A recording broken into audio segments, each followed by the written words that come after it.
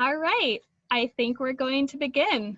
Welcome everyone to Jane Austen and Company.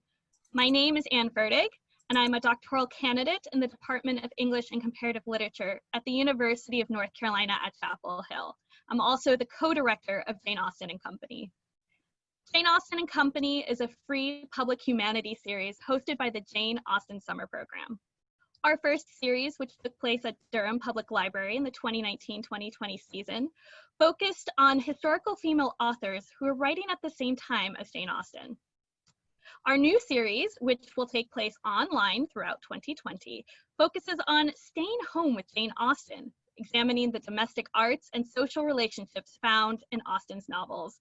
We're so thrilled to see you all here tonight. I see we have almost 200 people joining us right now, and we had over 460 people register for this event, making it our largest to date. And this is only our third online event, so there's more to come. And thank you all for joining us.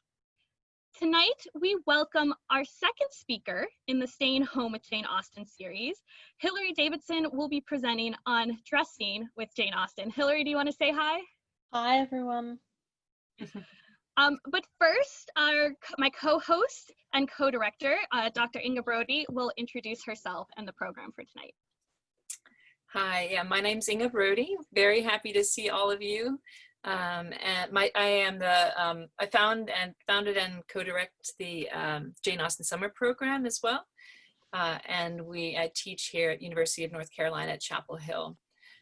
We first thought of this series when we had to cancel or postpone our Jane Austen Summer Program for this year on the theme of Jane Austen's world. We're so delighted that what began as just a stopgap measure has taken on a life of its own, and we're enjoying it so much. Thrilled to be able to have Hilary Davidson here with us today, who's in Wales right now. I'm sure many of you already have her wonderful book, but she is a dress historian and curator with a remarkable breadth of knowledge and experience. She first trained as a bespoke shoemaker in Sydney, and you can still see lovely shoes on her website. And she moved to England for her MA in the history of textiles and dress, and became curator of fashion and decorative arts at the Museum of London after that. She's currently completing a PhD in archaeological textiles at La Trobe, Melbourne, and she's an honorary associate at the University of Sydney. She's been teaching, however, for 15 years and has published on fashion and textiles, design history and theory, and taught at many institutions both in Australia and Europe. Her book, Dress in the Age of Jane Austen, Regency Fashion, with Yale came out very recently and has been a huge success, so much so that she has told me that there's a second edition coming out, particularly because of its popularity in the US. She's a consultant in historic textiles for the Oxford English Dictionary, an editorial board member for the journal Fashion Studies, and has presented on a number of television programs, including a wonderful BBC documentary you may have seen called Pride and Prejudice, Having a Ball in 2013. Her reconstruction of Jane Austen's police led to an extensive study of the Regency dress period, which is what led to this monograph, I believe. And she's currently based usually between Sydney and London. So our structure for tonight will be about approximately 45-minute presentation from Hilary, and we should have about 25 or 30 minutes then for question and answer before we wrap up. Yeah, Anne, you want to go ahead? And now we would like to introduce Emily Farah, who is helping us out tonight. She will be moderating the audience chat and the Q&A for us. Emily is a graduate student and teaching fellow at UNC Chapel Hill and a volunteer with the Jane Austen Summer Program for many, many years, where she serves as our beloved registrar. And she is going to explain the Q&A process for tonight. Hi, everyone. Thank you so much for being here. It's very exciting to have so many of you joining us. So you have probably noticed that what we're hosting tonight does not look like your typical Zoom call. So this is a Zoom webinar, meaning that all attendees, besides the panelists, are automatically muted and their cameras are off.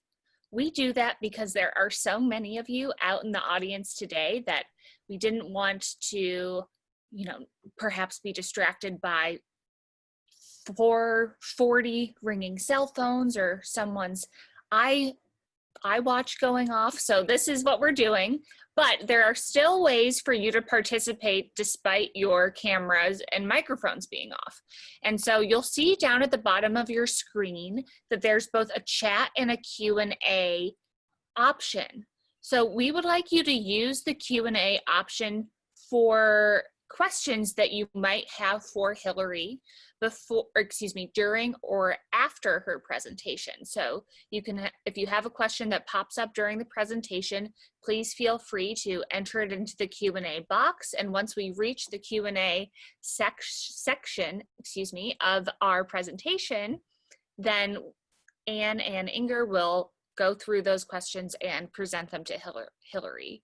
If you are having perhaps a technical issue or something you need to speak to me personally or to Anne during this conversation, that's what you should try to use the chat box for, so we can try to troubleshoot any issues you might be having through the chat, because that will come automatically to Anne and myself.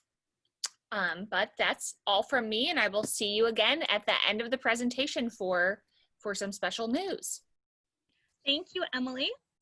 As Emily said, after the chat, please stick around for more information about the Jane Austen Summer Program, our online programming with Jane Austen and Company, and our new online writing contest, which is for all ages and is tied to the theme of tonight's program. And there will be a prize, so make sure that you stick around till the very end of the program. Please note that tonight's program will be recorded. We will notify you all via our Facebook page once it is posted. Typically takes about a week for us to edit and get that online. And without further ado, I'd like to hand things over to Hilary. Well, thank you so much for the invitation to speak and for setting up this amazing techno wizardry. I mean, I'm pretty good at the tech stuff, but I love it when someone else does it. Also, I should apologize to everyone for the quality of my video. I gave my web camera an extra clean before I started, and it made it all worse. So you should be able to see the screen beautifully, however. So yes, I'm delighted to be here, and I know there's a lot of you out there, and I know some of you here tonight as well. So maybe you can give me a wave later on. But thank you all so much for coming and for listening. And now I'm going to share my screen so you can see the presentation, and I'll leave you in Emily, Anne and Inga's capable hands for the moderation and chat with you afterwards.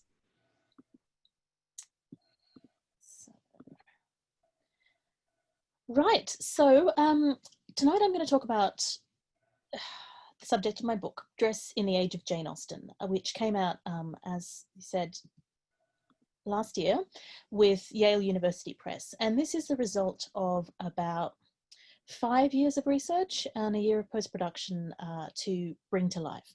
And for those of you who have got the book, what I've done tonight is I've deliberately included images that aren't in the book, because I've got a huge pile of resources for Regency images, and I just want to sort of bring some more to life. So some will be familiar, and then some are also drawn from my treasure trove, my archive of dresses. And so the book came about from when I was doing research on Jane Austen's Police, and the number of times I wanted to take the big book of Regency dress down from the shelf and go, all right, what's in it? You know, I need to know this, this, this, and this. And there wasn't one. So I decided to write it. And part of the purposes of writing this book was to interrogate a lot of the myths and the ideas that are built up around Regency dress, because it's a period that's got lots of preconceptions about it. So I wanted to go back to first principles and kind of explore it as people who lived in that time would have known it, rather than perhaps the fashion plate image of it.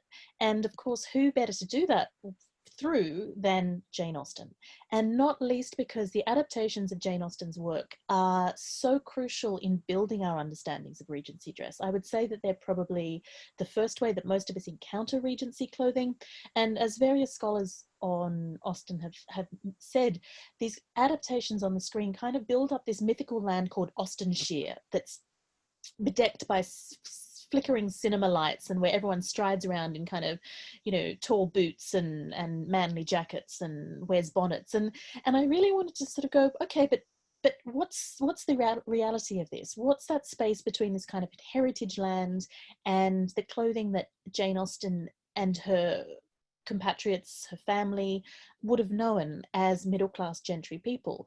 And it was a question that got me to the end of the book and into a lot of interesting places. I read a huge amount because dress turns up everywhere, absolutely everywhere. It touches on all walks of life.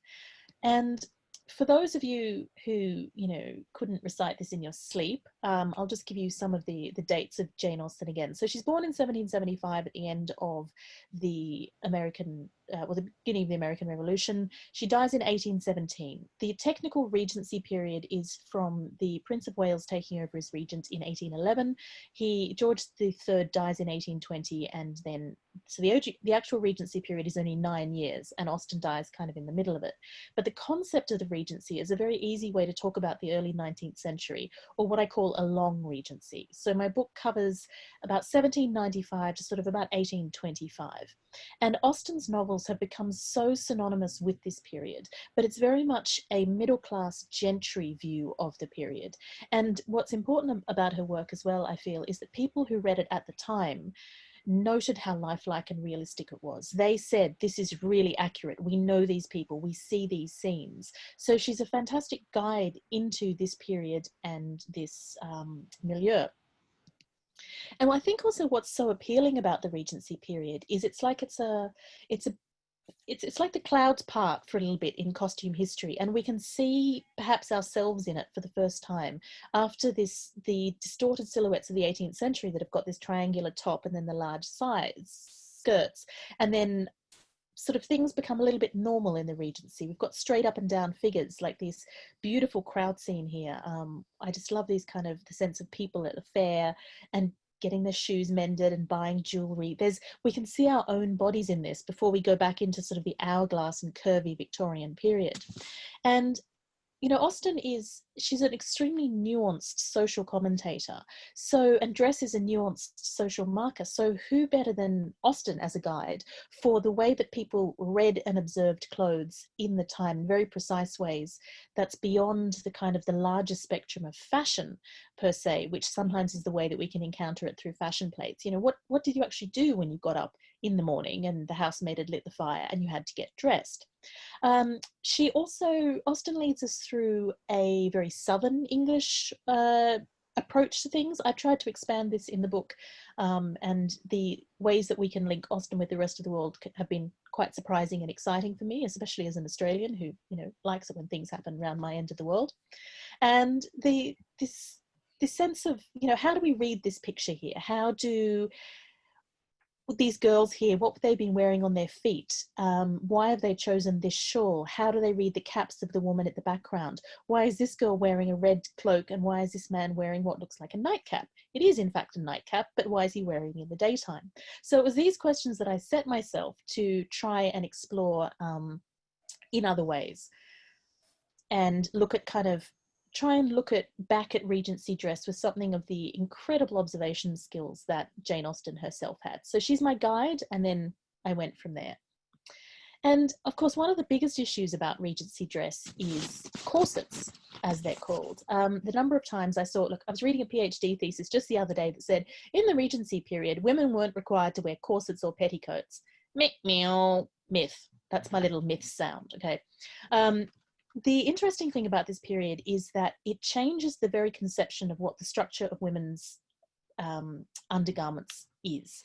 And women are very much shaped from underneath, and then men are shaped outside by their clothing. So tailoring on the outside or the structure on the inside. And 18th century stays were very hard and triangular and solidly boned with whalebone. And what happens is you get a softening of understructures in this period. And most importantly, we get to breasts. I talk a lot about Regency breasts, so I've written a whole article on the importance of the bust to Regency dressing, but it's a huge detail because it gives you a completely different shape to work with.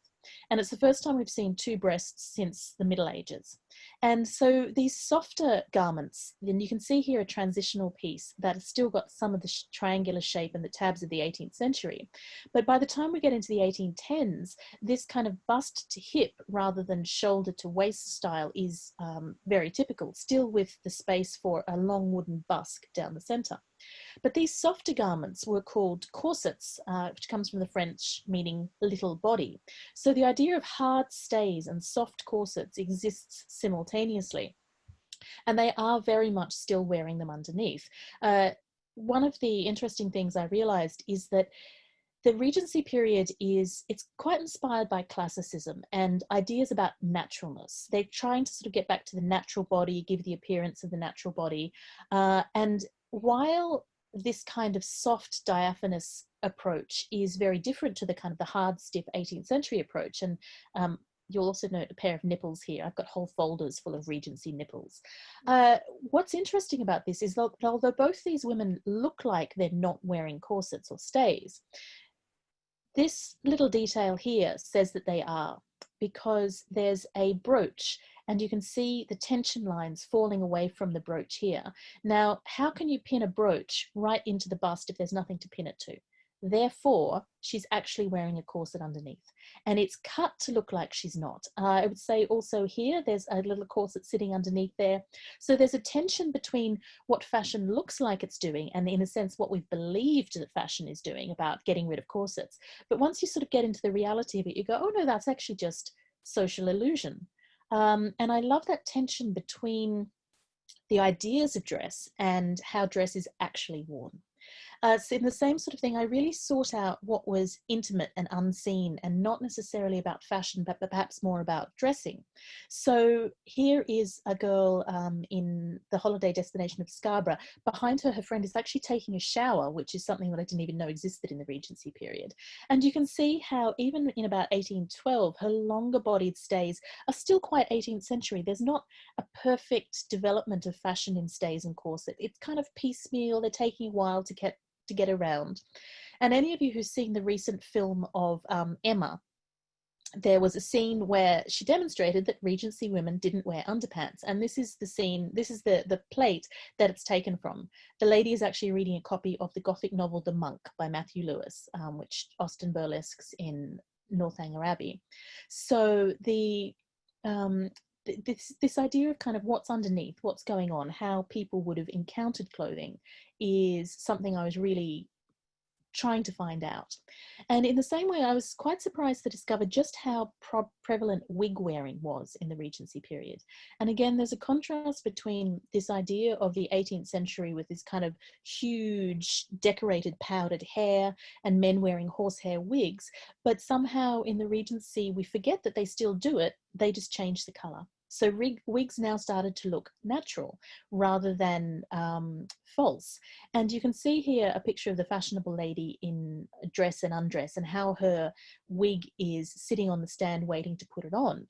But the more I looked at pictures as well and kind of learnt to see Regency people as they saw it, I could see that this picture here, so this is Thomas Coutts in his late 80s. Check out the contrast between his eyebrows and his hair. He's wearing a wig. And this is very much also part of tactic to keep warm. You find a lot of older people wearing wigs because in houses that are imperfectly heated in cold winters, they work like a little furry cap.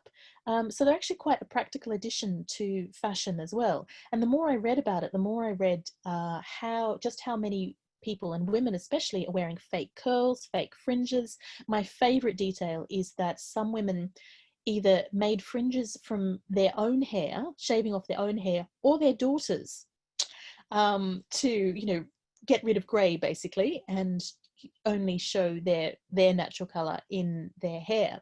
So I'm interested in that fakery of naturalism, that while they move away from the obviously fake of the 18th century, it's still fake, it's just trying to look more real. And I always think that details like that must have amused Austen, and the small snippets that she gives in her letters about observing people trying to put fashion or to put taste onto their own very human bodies are some of her kind of, sometimes her most catty, but her most insightful moments of dress. So I'm going to, in this talk, just concentrate a little bit more on dress at home and what they would have worn at home. And so the kind of, although a lot of Austen adaptations, you know, we like the ball scenes, what they wore at home would have been far more what Jane Austen and her contemporaries were wearing more every day. And that would have been morning, or you can see domestic dress here, morning or day dress. And when you got up in the morning, you could actually go to breakfast, which was generally quite late. If you're getting up at 7, breakfast could be about 9. You wear white dress. You could sort of go down in your dressing gown, but the idea of the white morning gown is very, very popular. And this would be a dress that would be acceptable to receive calls in, but you probably wouldn't make calls in the morning in this. You would wear something more of the nature of this plain print cotton dress. And again, although the kind of the little white dress is one of the defining features of the Regency period, the coloured print dress is also equally popular, and it's much more practical for being around the house at home, and especially in homes that were heated and cooked with open fires that gets a fine layer of ash over everything. So you don't necessarily want to be stoking the fire in a white gown. And these kind of these print gowns, you can see here the high neckline, they're very, very practical. And I think a lot of women in Austen's time would have spent a lot of their time in these kind of dresses rather than the kind of the flimsier muslin or gauzes that we like to see from fashion plates or in adaptation. And you can see some of this beautiful intimacy from a a watercolor done by Diana Sperling in the early 1820s, her own family, sitting at breakfast with a traveller just arrived. And you can see that the women here are wearing habit shirts, which is the name for any sort of female long shirt. The name comes from riding habits, and what would have been called petticoats, so the sleeveless bodiced gowns. You can see the ties at the back there, and there's kind of sweet intimacy of just being around the breakfast table. And I really sought out these kind of glimpses into Regency domestic life, and how, especially for women who were spending a lot of their time at home, how they would have dressed and how the home influenced and shaped clothing that then went out into the wider world. And sewing was a huge part of this. Needlework absolutely filled women's lives in the age of Jane Austen. So this is one of my favourite pictures that I found, industrious Jenny, who is making a pelisse. And the other thing I love about this is, look, her hair's uncurled. And while we have this kind of image of Regency hair as being very ringleted, very curly, what do you do when you have straight hair? It's actually quite hard to get your hair to take curls. And you can see that when she's not going out, she's not bothering. She's just got her straight hair twisted up at the back of the head. It's quite personal in that sense. And then this is a lovely picture of the Irwin girls as well, who are combining this kind of the public performance of or the accomplishment of music with the accomplishment of sewing. And so much of clothing originated from the hands of gentry women, and they might get the maids to do things like towels and sheets or the boring bits of shirts, but they made a lot of all the linens for their household, their shirts, their men's shirts. So Jane Austen and Cassandra Austen, for example, made lots of shirts for their brothers. And this sense of kind of the home as a place where you were always working with your hands and producing something, it was a very important part of their lives. And now there's often a quite pejorative approach to sewing. There's a trope in kind of historical productions, whether they're novels or screens, about the heroine who, you know, she's not going to do boring needlework, she's going to go out there and learn to sword fight or ride a horse and be one of the boys, and that somehow sewing is you know, it's a drudgery, it's women's work, but it's one that just keeps them oppressed. And I think this is a very unnuanced approach, and it's certainly not what is reflected in the time. So Jane Austen herself, this is 3 examples of Jane Austen's handwork. Her painting and her craft work. She made a little needle case for a relative, one of her manuscripts, which is of course what she's most known for, and some of her embroidery. This is a handkerchief that she made for her sister Cassandra. And the quality of the stitching here on the satin stitch is fantastic. She was known to be particularly great in the satin stitch, and she is. She's an incredible needlewoman, and you can see that there's this sense of how you do anything is how you do everything. She has a fine, delicate, precise hand, no matter what it is that she's producing. And as Jenny Batchelor has also talked about, there's the sense that work, which always meant needlework at the time, and creation weren't opposed for Austen. And I make as well, I use sewing as a form of historic investigation, and the number of times I've thought through sentences in my head and then while I'm sewing made me realize that Jane Austen is doing the same thing, and there's a record of her doing this. She's sitting working by the fire, she suddenly bursts out laughing, gets up, writes something down, and keeps on going. So this idea that sewing is somehow oppressing creativity is not at all the case in Jane Austen. She did both things, and while she sewed, she thought about things as well. And I also want to highlight that there's an incredible amount of quality and skill in this. This is one of my favorite things that I found, which is some stitching on a man's shirt. So it's plain, it's white shirt, it's not fashionable, it's not frilly, but have a look, because this is the scale. Here to here is 1 inch, and each of these stitches is 0.5 millimeter long. So the incredible amount of technical skill that's going on as women are fostering sociability, being social, getting together with their friends. It's an important part of Regency society. Plus, they're highly skilled. So I want to sort of recognize that as well, that it's in the small details as well as the big ones. And there is a huge amount of work in clothes, all of which goes on domestically. I love this picture of a woman ironing, although it's from an American source in about 1820. All of those white muslin gowns had to be washed and mended and ironed. And when you're all doing that by hand with like large boilers, it takes a day to wash, a day to dry, and a day to iron. So just to have clean clothes required a huge amount of daily domestic work, which again is kind of not, sorry, I don't know if you excuse the crash in the background. It's kind of taken for granted in just having beautiful clothes, but all of this is done by women at home, and you know, by gentry women to varying degrees, along with the servants. This picture, I love the miseries of human life. It's about a poor bachelor gentleman who's coming down to breakfast and finding that his grate is unlit and there's a drab cleaning his stove. But it also shows how women wore the same kind of high-cut gowns that you see in fashion plates to clean the house, as well as giving a sense of men's intimate dress, because they had kind of home dress as well as outer dress as well.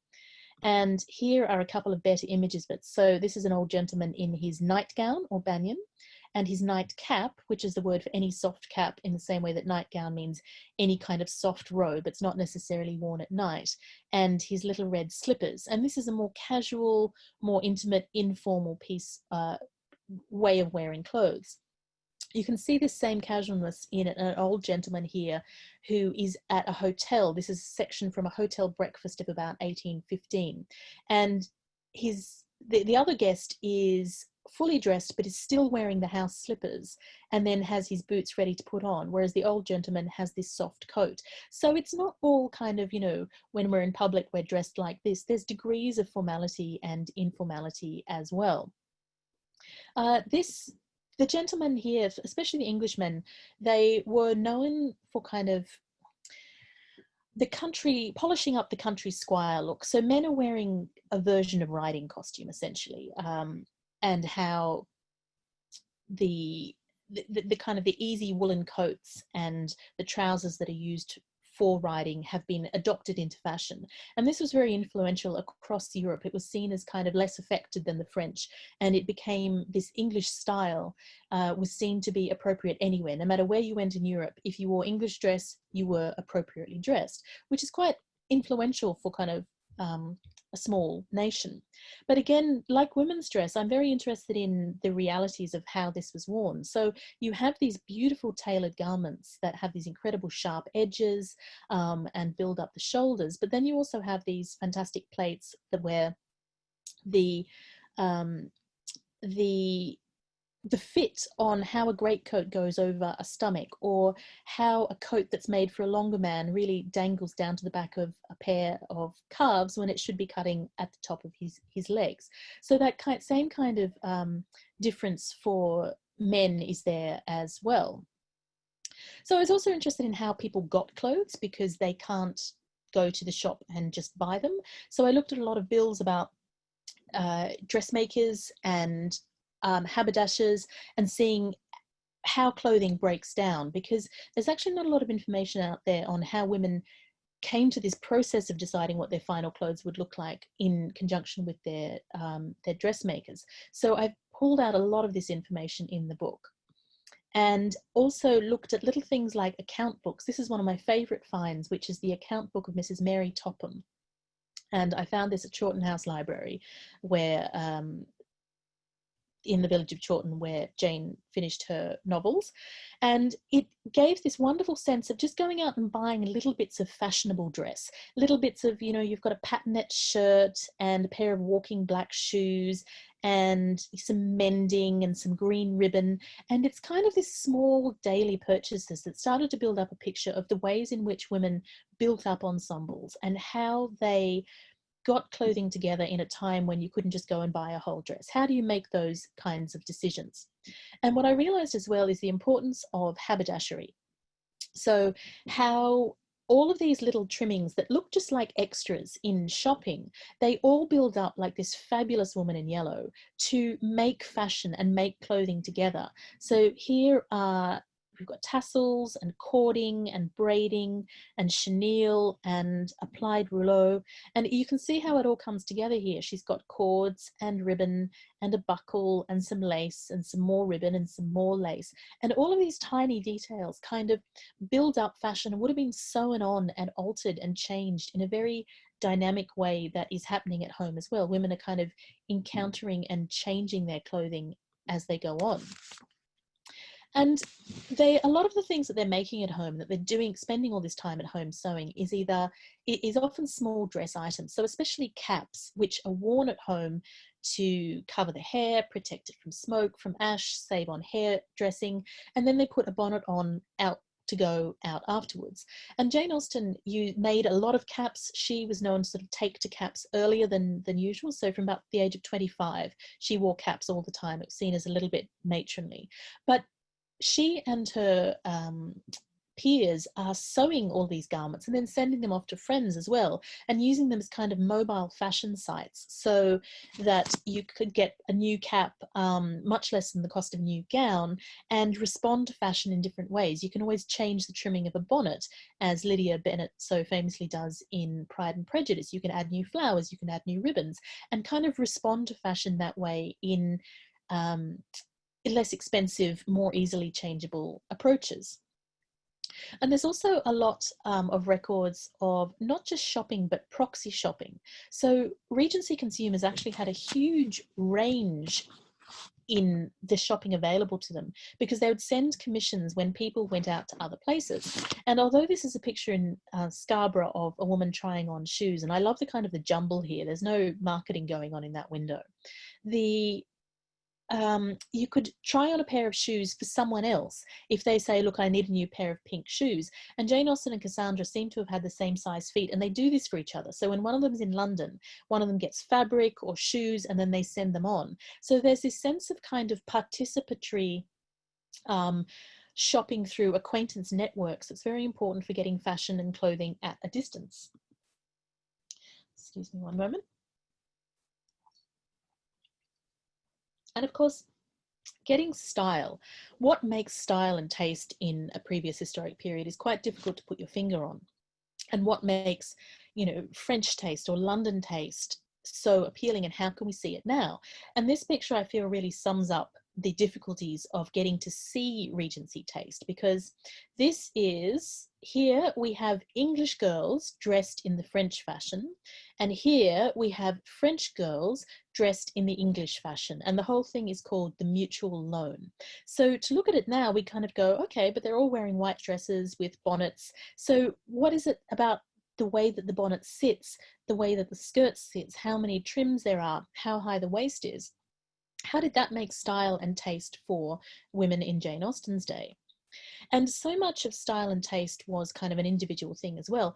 Jane Austen very much distinguishes between elegance and fashion. So here's another pair of lovely girls at home in their plain gowns with their beautifully curled hair. And the sense of fashion was always slightly dubious in Austen's work, and she makes it the contrast between this kind of natural elegance where one is dressed appropriately to suit one's figure, one's age, one's occupations. In Emma, for example, Austen really contrasts, say, Jane Fairfax, who's constantly described as being very elegant, naturally elegant, with Augusta Elton, who is trying very hard to be fashionable and therefore comes across as vulgar rather than elegant. But this kind of vision of Regency dress with the lightweight muslin dresses and sort of the pretty delicacy, one of the questions I've been asked most while I've been researching this is, how do they keep warm? And here again is one of the things that I've really delighted in finding out about, which is flannel underwear. So basically, under a lot of those light clothes, women and men are wearing woolen thermal underwear. So you can see here, this is a picture of an admiral, and you can see his flannel waistcoat coming out the bottom there. And this is the flannel waistcoat that belonged to, guess who? Admiral Lord Nelson, that he wore on board ship to keep him warm. And then down here is a visit from Dr. Flannel, where Dr. Flannel is trying to convince a lady to keep her loins warm with a flannel petticoat. And she says, "I have no loins, sir." So there's underneath it all, there's this tension between the light, decorative paleness of fashionable dress, but, you know, the English climate, which is not warm. And men are also wearing flannel drawers, which were very popular for soldiers. So the female patriotism, where they're dressing him entirely in flannels, it's really important for keeping them warm in, you know, if you're in hot climates, you need flannel underwear to keep you, to wick your sweat away. If you're in cold climates, you need flannel underwear to keep you warm. And it's surprising just how much of it there is underneath. So when Marianne Dashwood complains of Colonel Brandon, she's 17, he's 35, and he talks about flannel waistcoats, she sees this as a sign of age and infirmity, but it's actually playing on the fact that flannel clothing was known to be connected with soldiers, and Austen's playing on his martial connections there as well. Women could also wear a lot of outer garments. So this is a riding habit of about 1795. You can see the last of that very triangular 18th century shape there. They had the pelisses or redingotes, and also fur tippets and pelerines and muffs. So it's not just this kind of the muslin view of life, which I think, you know, all of these costume dramas, they're filmed in summer, so they've got beautiful weather, and I think it's really shifts their idea of what people were wearing. But they had lots of shawls and lots of coverings to keep them warm, as well as these paler dresses, and they were very necessary. Keeping warm and dry was a huge priority. Women are also wearing these beautiful red cloaks, which do appear in the adaptations of Pride and Prejudice in 1995 and are used beautifully as visual punctuation in the 2020 Emma.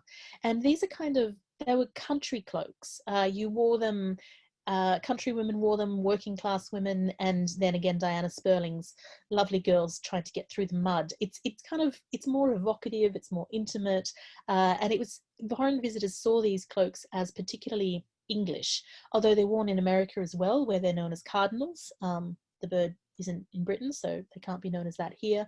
It's not a fashionable item, but a very, very English one, and I found that quite sweet. So other garments that are coming through at the time, the spencer, the short jacket, is another way of keeping warm. It's also a borrowing from men's clothing into women's clothing. And as far as I can tell, because the origins of the spencer have been quite debated, as far as I can tell, it was invented by Charles Spencer, the brother of the Duke of Marlborough, who also happened to be the captain of the Oxfordshire militia, where Jane Austen's brother Henry was also enlisted, and they were very good friends. So the man who invented one of the iconic fashions of the Regency period was very good friends with the brother of the iconic author of the Regency period, and that kind of connection just makes me happy. it is kind of a military borrowing. In men's dress as well, we're getting a lot of influence from it in the form of pantaloons, so ankle-length tight trousers, as opposed to breeches, which are knee-length tight trousers. Here's the future George IV in his hussar dress, wearing his pantaloons with a stock as well, which is something that came into men's dress from the military.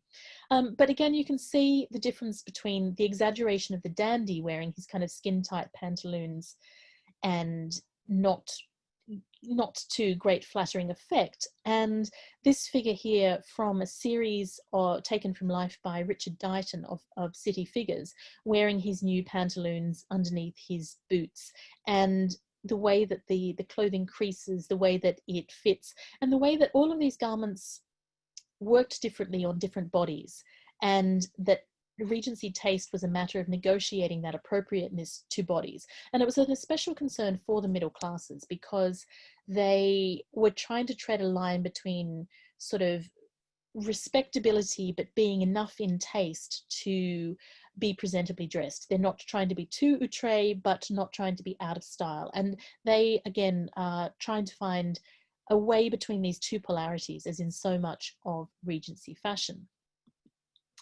The splendour of the Navy was quite important for Britain's successes at sea and for its founding of what would become the British Empire, and for a lot of the trade opportunities they took up while they were occupied with harrying the French. But it was also quite personally important to Jane Austen, who had two brothers in the Navy. And I've included this very splendid gentleman here, Gilbert Heathcote, in 1806, because that's the same year that Captain Wentworth in Persuasion was made captain. So this is what he would have looked like in his captain's uniform. And the Navy and their global reach is where, for me, some of the most interesting research that I've done came out, because what Britain had was a kind of a global network. And obviously this is a period of colonization as well. They've got established colonies in the East Indies and the West Indies, and in New South Wales, of what would become Australia. So you have all of these maritime men moving around the world and bringing things back home. And one of the inventions that we have from the Regency that really sticks from this time is trousers. So while pantaloons are ankle length tight trousers as we know them now were ankle length loose ones, and they were very much from sailor fashion.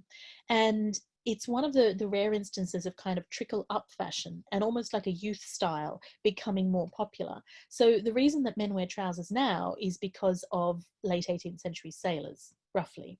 And throughout the Regency period, these became more and more acceptable as dress in the city, but they did come from the kind of men that Austen's brothers worked with, and from the increasing heroism and then the rise in public perception as the Navy won more and more battles, but also protecting trade by escorting convoys of East India Company ships, bringing home lots of goods that domestic trade relied on.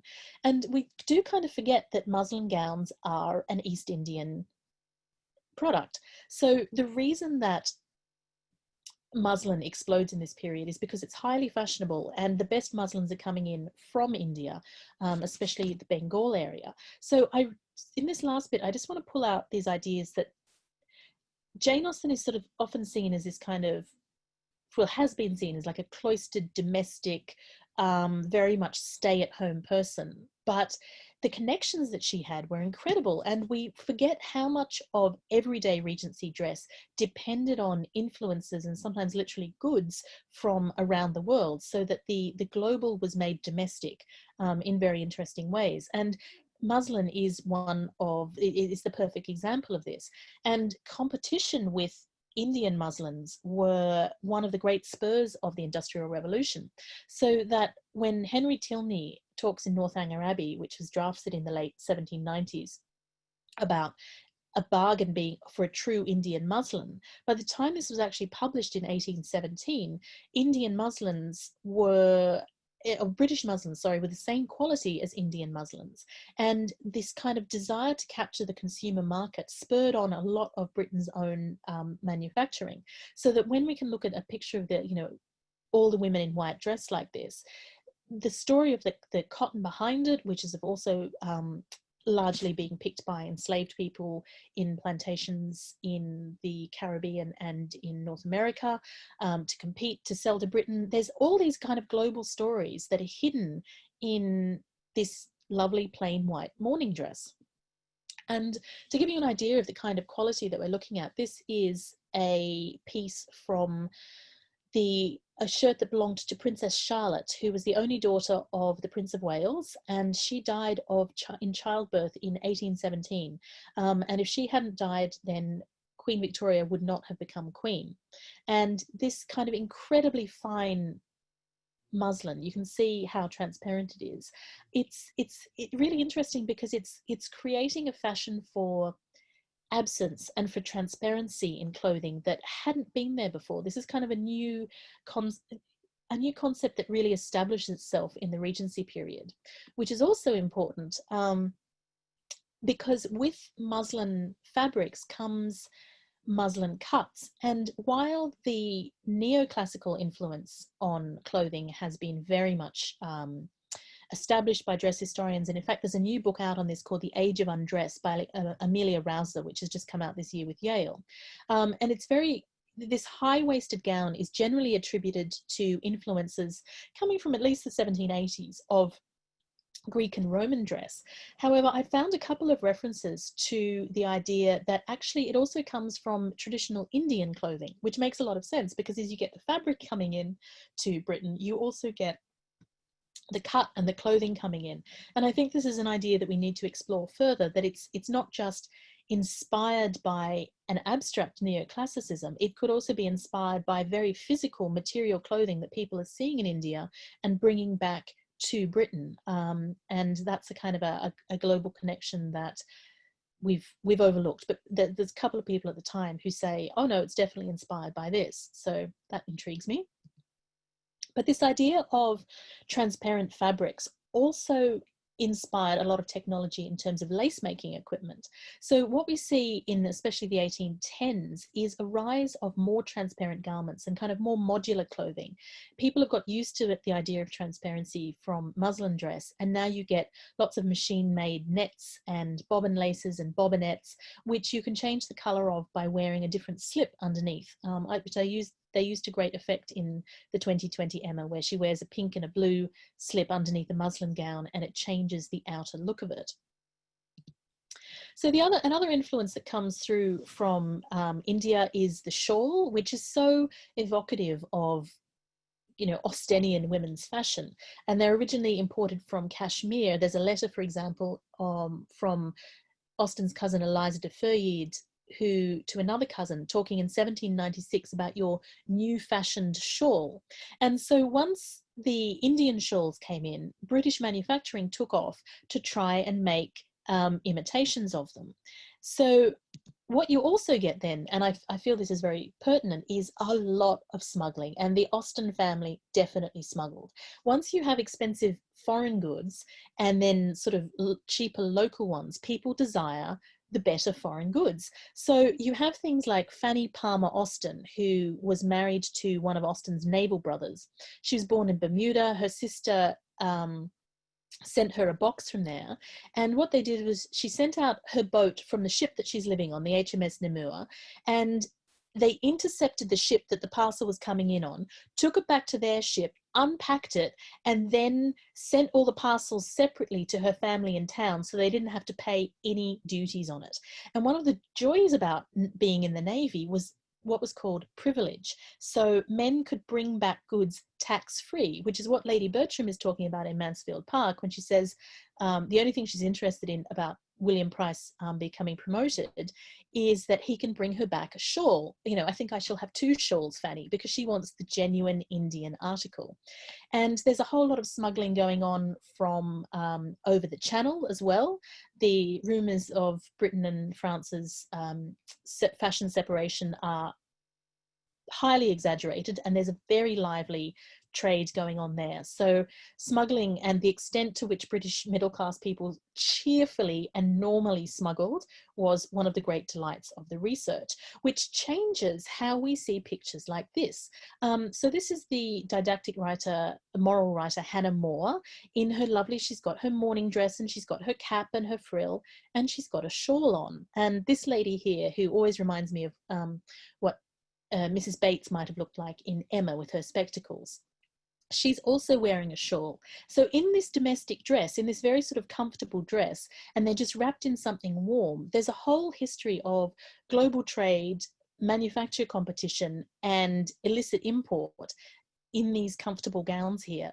So once you sort of start to see that possibility in Regency clothing, I've really enjoyed how it changes the way I see dress and see images of dress, and I'm hoping that it will kind of you know, if you read the book, it will give you different ways of looking as well. And you know, to give you an idea of just how global yet personal this could be, there's a wonderful example of one man transporting a textile halfway around the world, and that is Frank Austen, so Jane's older brother who was in the Navy. And he was stationed, first of all, in China, and then he went into India. This is in 1812, and then he accompanied a convoy of East India ships home to Britain.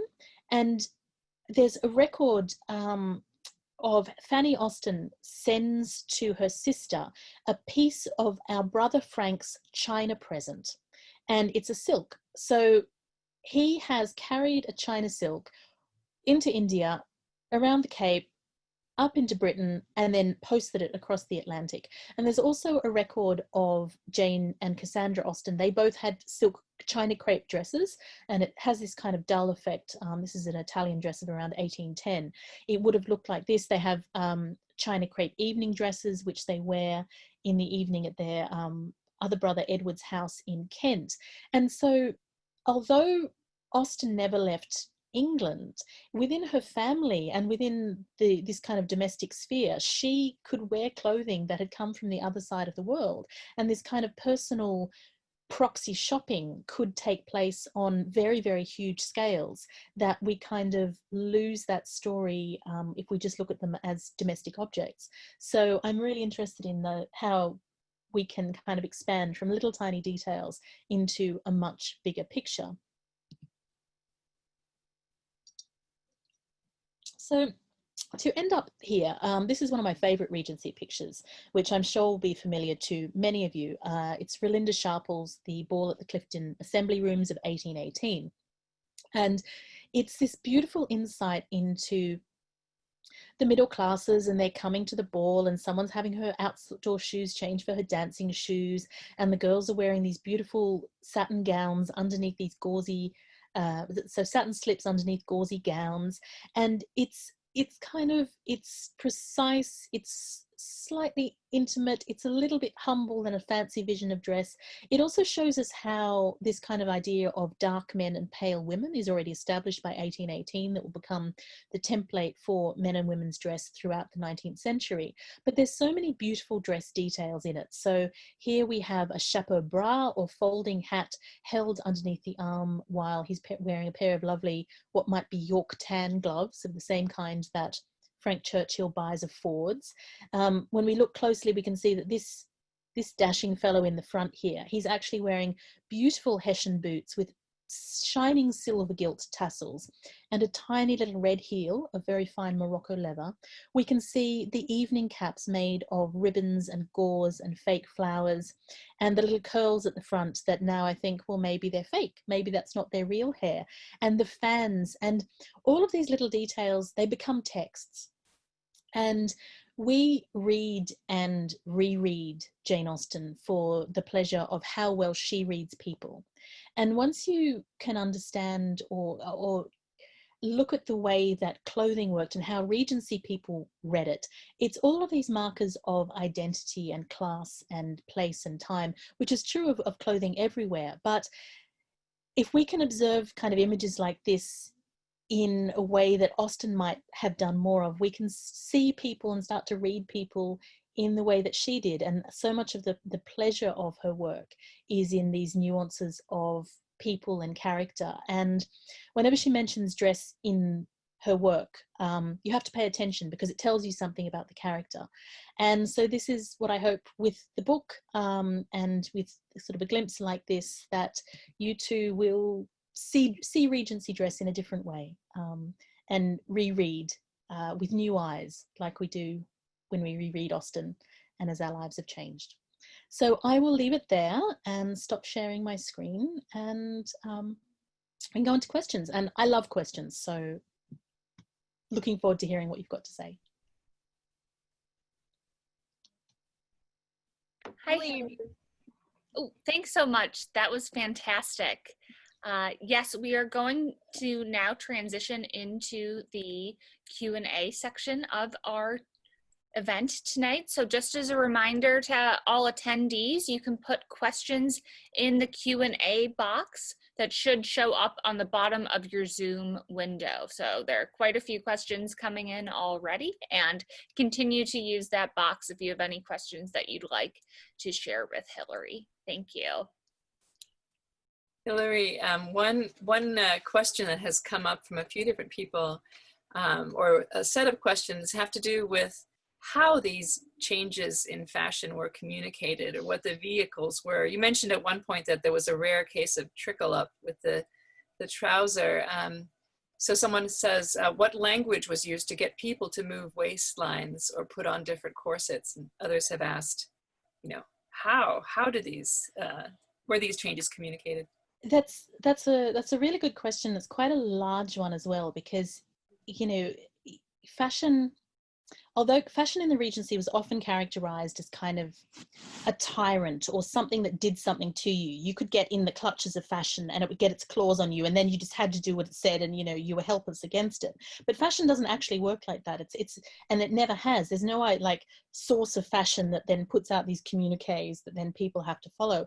It's a kind of a slow accretion. You do have some fashion leaders, or new innovations in textiles and fabric that then people start doing things with, and it slowly builds up. But I have actually just written a chapter on a book in this, and an edited volume that's going to be on disseminating dress. And I've looked at how it's a disseminating dress in Jane Austen. And in summary, what was really important was direct observation, because British society was much smaller. So if you went to London, which had a population of about 1 million at the time, if you were going around Hyde Park or down Bond Street, you could see the most fashionable people. You could buy a ticket and go and see the royal family having breakfast if you wanted to. So there's a kind of a very immediate observation of fashion. So if someone goes up to London, they write back what people are doing, and saying, this is, long sleeves are okay in the evening. This happens in Pride and Prejudice. So people share information verbally. And then in smaller towns as well, what they're also doing is looking at what other people are wearing. And there's a kind of a local competition about, oh, she's got a new set of ribbons, or she's done her thing a new way, and I'm going to try that too, but then I'm going to do it like this. So there's local fashion competition. There's also sharing actual objects. So there's a couple of instances in Austen's work of pattern gowns. Harriet Smith wonders where to send something because her pattern gown is located at Hartfield. And in Sense and Sensibility, the Steele sisters, who are trying to be much more fashionable than they have the money for, they actually take Lady Middleton's gowns and they copy them. So people would make copies of fashion and, copy a dress that someone else had made. And it slowly gets out this way. The importance of fashion plates, I think we're still not quite sure what people actually did with them in the time. We use them now a lot as evidence of new fashions, and they certainly worked for kind of things coming over from Paris. This is like the latest Paris fashion. But I've not found any evidence in any of the works of Jane Austen about using an image as an inspiration for fashion. It seems to be very much something that comes through bodies. Other people see it, or you see it on someone else, or your dressmaker says, this is the way to do it. There's a bit in one of Austen's letters where her dressmaker, Miss Hare, assures her that the white ribbons she's going to put on her dress are going to look great. And Austen says, well, you know, I'm not sanguine, but I'm assured. So her dressmaker's kind of saying, no, this is what to wear. So it's a sort of a slow process of fashion leaders, and then people seeing that, and then people telling other people about that and copying, and it slowly builds up like this. I've also got an article coming out in another book on material literacy about Regency dressmaking changes, and how experimentations in dressmaking were really important for experimentations in changes in style, and how you don't get these kind of radical fashion changes without people knowing how to make a dress. So I've kind of going into that in a couple more academic articles, but they won't be out till I think the end of this year. But yeah, it's people and letters. It seems to be the dominant mode for the gentry. About the cultural, social, political factors that influenced the shift from 18th century that kind of structured the stays to the more natural, or at least natural looking Regency style? Or was there a particular person or particular event that had a lot of influence? No. And I say that quite definitely, because I've seen this attributed to so many people. Marie Antoinette, all of her ladies in waiting, the whole of the French Revolution, Lady Charlotte Campbell, Mary Perdita Robinson, Beau Brummel for men. You know, Beau Brummel did not set fashion for the whole of the thing. I'm in my own mind, I'm not yet quite sure why so many things combined to make this change in the 1790s. And I've seen lots of theories about it. And there is greater sort of social change in the form of various revolutions. There are newer kind of Enlightenment ideas coming through, but I'm yet to find a lot of satisfactory ways that say, you know, what Rousseau writes in Emile in 1763, how that affects deepest rural Hampshire. You know, these kind of larger socio-cultural changes. As I say, Amelia Rouse has written about this, and I'm yet to read her full book. She has attributed some change to people like Emma Hamilton in Naples, the future mistress of Lord Nelson, and part of the grand tour, and how that brings back ideas to Britain. But it's a lot of changes all at once that seem to take to be the right time. But I'm yet to kind of, it's more like lots of streams going into a river rather than certain people changing. I know that's not very, very definite, but I'm still thinking about this one myself. Was a lot of interest. You generated a lot of interest in flannel. Good. And there was several questions. One person wondered whether there actually was a Dr. Flannel. Oh, no. Where the flannel has been around for a long, long time. It's wool flannel. You know, it's what becomes imitated in flannelette in cotton, which is generally what we call flannel now. So like flannel pajamas, that's actually flannelette pajamas. But flannel is just a fabric type, and it's been around for centuries at this point. Dr. Flannel is a satirical figure. So. And how comfortable this wool would have been. It's pretty good, actually. It's like it is like wearing thermal clothing next to your skin, or like polar fleece. It's quite soft, and it's actually quite comfortable next to the skin. I've got some wool flannel samples and worn them under my shirt for a day just to see, and it's more comfortable than you might think. There's also quite a few questions on the idea of mourning dresses, both in the style of dress people would wear when they were in mourning, as well as the rituals surrounding it. Like, how long would they be required to wear it? Oh, mourning dress is as in after you die, not the time someone dies after the time of day. I do touch on this in the book. So the degree of mourning depended on your relationship to the person who's died. So there was personal mourning and there was national mourning. So when a member of the royal family died, people were expected to mark it in some way. And when George III dies, all the account books suddenly fill up with black, black, black, black, black. Everybody buys a new frock, and not a new frock, a whole new ensemble, which I think is like a little bit opportunistic. But so Yeah, there's a lot, actually Austen talks about this a lot in her letters. You know, need we go into mourning for such and such, or will just a ribbon do? Can we dye this for here? Is it okay if I just wear my brown bombazine rather than going into black because of the distance of the connection? So it depended how closely you were related to the person who's died. And for you know, an immediate family member, you would go into deep mourning for at least 3 months and full mourning for about a year. But you could kind of get away with 6 weeks for a cousin. You know, while there is etiquette for it, it's not hard and fast. It's kind of personal guidelines. And I've found a couple of references to people being looked at askance for not wearing deep enough mourning or getting out of mourning too fast. So Maria Edgeworth's father, I think, was chastised because he was wearing a dark coat but not a black coat, and he should have been in a black coat for mourning. So it's quite a sort of a changeable practice that depended as much on what your immediate social group did as what larger society recommended. In terms of the act of dressing, there are some questions about what role servants played, for example, in the act of dressing. I think these questions are partly inspired by the recent Emma film.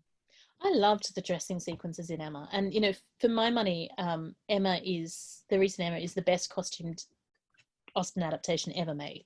It's really, really good. So servants are helpful but not essential. I think that's really important to point out. You can get dressed by yourself. What a servant does is often play the role of a mirror, because we take mirrors for granted, but a full-length mirror or pier glass was very expensive and it wasn't as common, and also the quality of the mirror wasn't as great. The mirroring technique that we use now wasn't invented to the 1830s, so a servant would kind of tell you what you looked like. And it was, for women, it's most important with hairdressing because you can't see the back of your head, so you need someone else. Like if you're doing quite an elaborate thing, it helps to have someone else do the back of your hair. And a lady's maid who had particular taste in hairdressing was a really valued thing, you know, at the sort of the higher echelons of Regency, of gentry society, because she could, you know, make you look good. So servants, I mean, everybody had servants, and it's as much because domesticity requires a huge amount of work as anything else. But they're not so essential for getting dressed. And the people who are shown getting dressed in Emma, so we've got Mr. Knightley, and I hear there's a dressing sequence for Emma in the extras in the DVD. I haven't seen it yet, but I give you that tip. They're also at they're richer. They're the leading families in the area, so they've got sort of the ability to have that help. If you read Pride and Prejudice, for example, they have, I think, 3 female servants, but they all seem to kind of do different things. Then they're used for, they're swapped amongst the family, and they have different responsibilities. Most gentry families would have had at least 2 maids, but then what their responsibilities wasn't necessarily so clearly delineated. So servants helped, but weren't essential. We've actually had a few people ask this question. You mentioned that women didn't wear undergarments. So what did they do about menstruation? Well, this is something that I wondered, and I actually talk about it in the book because, you know, that's a lot of white dresses. And the answer is, I read a lot of books on pregnancy and childbirth who mention that women have periods, but not what women did about their periods. Thanks, guys, all male doctors. And I dug and dug and dug, and the best answer that I can give to this is I found in one set of washing lists of clothing, intimate clothing that a gentry woman sent to be washed, a reference to 2 napkins. And there's no other reason that these napkins would be sent amongst her nightgowns and her, you know, her shifts than if they're very personal items. So as far as I can tell, I used to think that women pinned fabric between their legs to their shift, but I've had evidence from oral history of women almost wrapping fabric around their legs like a nappy. So a diaper in the US, which comes from diapered fabric because it's very absorbent. And so if this woman is sending 2 napkins to wash, I think that might also be what they did, is kind of wear something like a baby's diaper or nappy, pinned between their legs, of a very absorbent fabric. And that's the nearest I've been able to find about what they did. But I looked very hard to see if I could get anything more definite, because this question has come up a lot in talks. So yeah, I knew people wanted to know, and I wanted to know as well. So that's the nearest I can find. There are questions about dyes and what kind of colors were common. I think the colors in the recent Emma were very striking, very, very bold. Yep. We were wondering how accessible that kind of color was. It's you can get incredible colors from natural dyes, and that kind of bright colors were available to everyone. There's been a lot of recent work done about the importance of ribbons to fashionability, and especially to more working women. So labouring women, servants, which comprise, 80% of the British population is working class at this point. And so while in the film of Emma, they made Ford's, which was the local shop that sold everything, exclusively a haberdashery, and I don't think a village of Highbury size would have supported a haberdashery that size, all of those ribbons that they're fingering, anyone could buy those, and they were a great way of kind of adding a little bit of colour to a bonnet or to a dress. And there's a lot of evidence that shows that women all across the social scale did that. So what's more exclusive in the clothing is the textiles. So the silk, or a very fine quality wool, a merino or a cashmere, or even a very good broadcloth, would have dominated the cost. But then what you often have is more expensive dyes being used on more expensive fabrics to make more of a luxury product. But in terms of bright colour, smaller items of bright colours were available to everybody. We've had some questions too about, you talked quite a bit about what the middle class gentry might have worn, as well as the upper classes. Some people are curious, like, how different were the clothes of the lower classes, or how long did it take for fashion to kind of trickle down from these upper classes down to the working classes? I've got enough research for a whole book just on Regency working class dress, the tiniest bit of which I could put into the book. But in short, the labouring population were far more fashionable than has been previously determined. So especially the younger people, young men and young women who were marriageable, eligible, they were very concerned about keeping up with fashion as much as they could. And there's a lot of critique about, they're spending their money on, bonnets and gowns and things like that when they should be saving it. But they consumed fashion to the degree that their incomes allowed. When you have a look at images of working class people, what you have is dress, especially for men, that's very much determined by occupation. So you have things like smocks and aprons, but the basic clothing is of the same shape, breeches, waistcoat, coat, that everybody else is wearing. What I think is interesting is that the high-waisted gown is universal. Once it starts to come in, everybody wears it. Every working woman. You can see a few older women who are still wearing the longer bodied 18th century look. The seamstresses on St. Kitts, women working in the harbour in Rio de Janeiro, they all have this high waistline. It becomes globally universal. So they had quite direct line into fashion as well, because it was generally accepted that clothing, cast-off clothing, was a perquisite of being a servant. So if you worked for someone, she would often give you her old clothing, her old gowns, and you could either wear that, or what they did more often was sell it and then get ready money that way. And there's also a huge second-hand market operating that's very, very important for people's fashionability. It's centred in London, and from there it trickles out to the county towns and the market towns and the other cities and into the country. So the delay in kind of fashion was anywhere from 3 months to about 5 years for working class people, but that also did depend on how fashionable they chose to be and they wanted to be, and they had the funding to be able to. But you could go to a market stall in, say, Yorkshire and buy a gown third hand that had originally been worn by an upper class woman in London. And that was a very acceptable way of getting better clothing at a cheaper price. And people would often use it as well as a step up. So they'd get a better gown when they went for a place at like a nicer establishment. But if you want to read more about this, the best work that's been done on it recently is a book called The Dress of the People by John Styles. It's looking more at sort of broader Georgian working fashionability, but it's got a lot of great info in it. I don't think I'm going to be able to persuade a publisher to let me publish a book just on Regency working class dress, but you never know. You mentioned the influence of men's clothing upon women's. And so one of our audience members wants to know a little bit more whether there are other examples of that.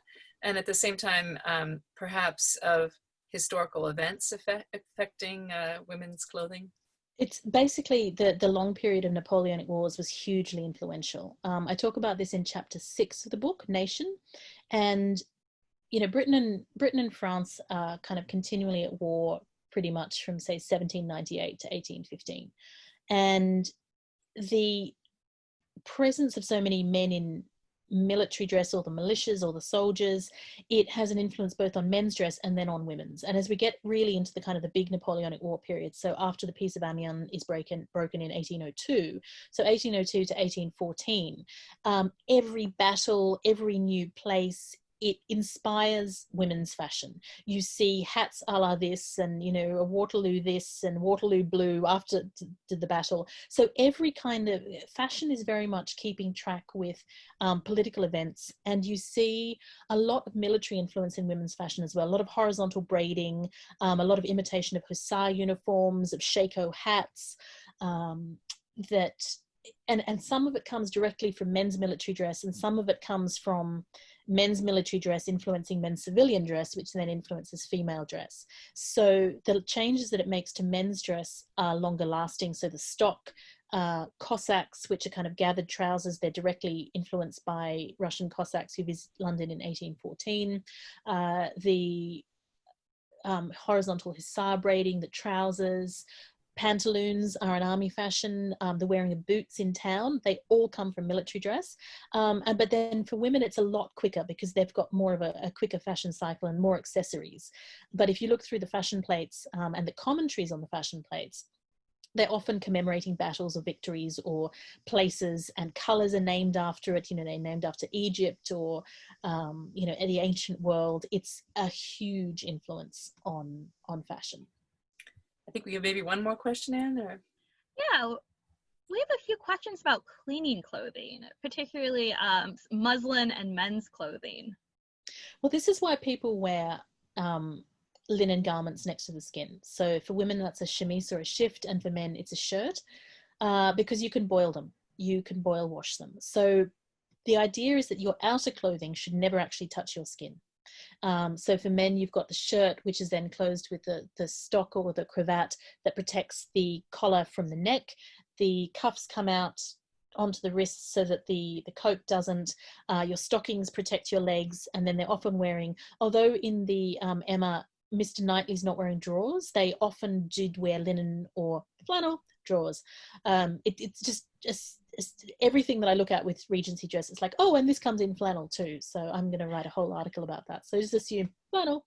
And it's the same with women's clothing. So they're wearing the chemise underneath, and then the petticoats. One of the appeals of muslin and all of these cotton gowns is that they are washable, which means that you can keep them cleaner. It's not so much the cleanliness of the cloth, it's the appearance of cleanliness that's important, to have a snowy white gown. So when washing was done, basically the wealthier you were, the more linens you had. So for example, a reasonably wealthy gentry woman could have 18 or 36 chemises, and she'd just wear them until they ran out. So that's a month that you could go without washing. And then it was a huge wash done all at once. They used soda and soap to boil linens and later cottons, although one of the complaints about cottons for undergarments was that it wasn't as durable as linen. And so you boil it up in a big copper and sort of stir it and stoke it, and then you have to rinse it and mangle it, and then dry it. and then you have to iron it, which involves heating it all up on separate stoves and getting in there and doing it properly. But that's just the body linens. The household receipt books of the time have got endless recipes for more delicate items. So how to clear starch muslin, how to clear starch laces, how to wash silk stockings properly, cotton stockings, how to wash kid gloves, chamois gloves. And then there's a whole lot of spot cleaning and dry cleaning recipes. So the outer garments weren't ever washed if they were made of silk or of wool. And it's the same with men's coats, but they were brushed often, and they were treated with fuller's earth for grease spots. And they were treated very, very carefully and kind of constantly had dirt and abrading materials taken off them, grease taken off them. And they're incredibly complicated housekeeping recipes for upholding clothing, which was a much more valuable investment at the time. So people stayed clean. It just took a lot more work, most of which was done by women at home. If I can I just one more, just to come, I can't resist going full circle back to shoes. We've had several questions about that. Is there any evidence that women ever made their own slippers? It's a bit of a fad in the Regency period, shoemaking, because the shoes become so simple as little slippers and kind of turn shoes. You can do it yourself. Sometimes they say when I've made a pair of shoes, what they mean is they've embroidered the top and then they've given it to the shoemaker to make. But there does seem to be actual evidence of women putting the soles on and making shoes themselves. The royal princesses did it. Jane Austen's mother did it. I think she was making a pair of shoes, or that's probably just embroidery. So yeah, there is evidence for it, but again, a longer spectrum of practice of how much they're actually doing it, which I really like. Thank you. Well, thank you so much, Hilary, for joining us tonight. That was a fascinating talk. And thank you to everyone else who joined us. We have just a few announcements before we leave. And before we leave tonight, we'd love to invite you to our next event, the third installment of our Staying Home with Jane Austen series. You heard Hilary mention Jenny Batchelor. Well, she'll be joining us on July 23rd at noon Eastern time. So it's a little bit earlier than this one. We're getting crafty with crafting with Jane Austen. Historian and needlepoint extraordinaire Jenny Batchelor will be presenting on the role that needlework played in the lives of Austen and other women of her generation. Drawing on her research for her recent book, Jane Austen Embroidery, which she co-authored with Alison Larkin, Jenny will discuss and share images of her discovery of a cache of presumed lost embroidery patterns from the Ladies Magazine, a publication that we know Austen herself read. And we're going to reflect on the relationship between the pleasure and work and craft. The program is free, and just like with this one, it'll take place over Zoom. You can register for it at our website, janeaustenandco.org. And if you want to read more about Jane Austen, her life, the afterlives and adaptations of her work, come and check out the blog for the Jane Austen Summer Program, or JASP as we call it, or follow us on social media. JASP is a 4-day summer symposium that typically takes place in June in Chapel Hill, North Carolina. It features lectures, hands-on workshops, small discussion groups, a Regency ball, and other activities that blend scholarship with fandom. For more information, you can visit our website at janeaustensummer.org. Next summer's theme is Jane Austen's world, as Inger mentioned at the beginning of the talk. So we'll be diving into different aspects of the Regency. Additionally, now it's finally time for me to share some more information about the creative writing contest. So this is a new contest for us, a new endeavor, and we are asking you, if you'd like to participate, to dive more deeply into Regency dress. So we have a few resources linked on this webpage, which you can find on our website, janeaustenandco.org/contests. So check out a video, read an excerpt of a letter from Jane Austen to her sister Cassandra, and then write 500 words as a story, a diary entry, a letter, or some other creative work, no more than 500 words, and describe your morning as if you were a Jane Austen heroine or a Jane Austen hero. What would you wear? How would you wear it? How would you put it on? So we have three levels of this contest. There's a middle school level, a high school level, and an adult level. And I'm happy to announce that the grand prize for the adult level will be a signed copy of Hilary's book. And Hilary will be one of the judges for us, which we're very excited about. To enter, you can please enter by July 18th. So that's next Saturday, and you can use this form on the same web page to upload a PDF of your writing. So we're really excited about that. Hopefully some of you will choose to participate. Yeah, and I'd like to echo the dozens of thank yous for an excellent lecture that these thank yous are piling in on our chat. Hilary, thank you so much for taking the time to be with us. And thank you also to the 251 people who showed up today for this lecture. If you enjoyed the programming and want to help us keep them free, it'd be nice if you could donate a small amount to our programming at the Jane Austen Summer Program, which supports Jane Austen and Company. This programming also allows us to bring high school and middle school teachers free to our in-person programming as well. Well, we hope you guys all have a wonderful evening and stay healthy and safe during this time. I see some of you are asking about where to purchase the book. Don't worry, we'll include a link tomorrow in our follow-up email. So we'll make sure that information gets out to all of you. And actually, aren't you also including some additional information, Hilary? Yes. I've sent over sort of just some more resources, more you can read, and you know, if you're interested in sort of making a Regency dress, some good resources for that. So there'll be a lot coming out to you tomorrow as a follow-up. So don't miss it. Yeah, watch your emails. And we hope to see you guys all on the 23rd as well at noon Eastern time for crafting. Jenny Batchelor told us as well that she might be sharing some embroidery patterns from that period that you can try out at home. So look forward to that. And if you can't make it, as always, these will be recorded and we will post them online. Jenny's a wonderful speaker and her book is fantastic. So I highly recommend that you listen to her. Thank you, Hilary. Thank you so much. Thank you everyone as well for listening. It's, you know, I love these kind of events, so it's great we can all come together, and thank you so much for having me. Thank you. Good night, everyone. Good night, everyone.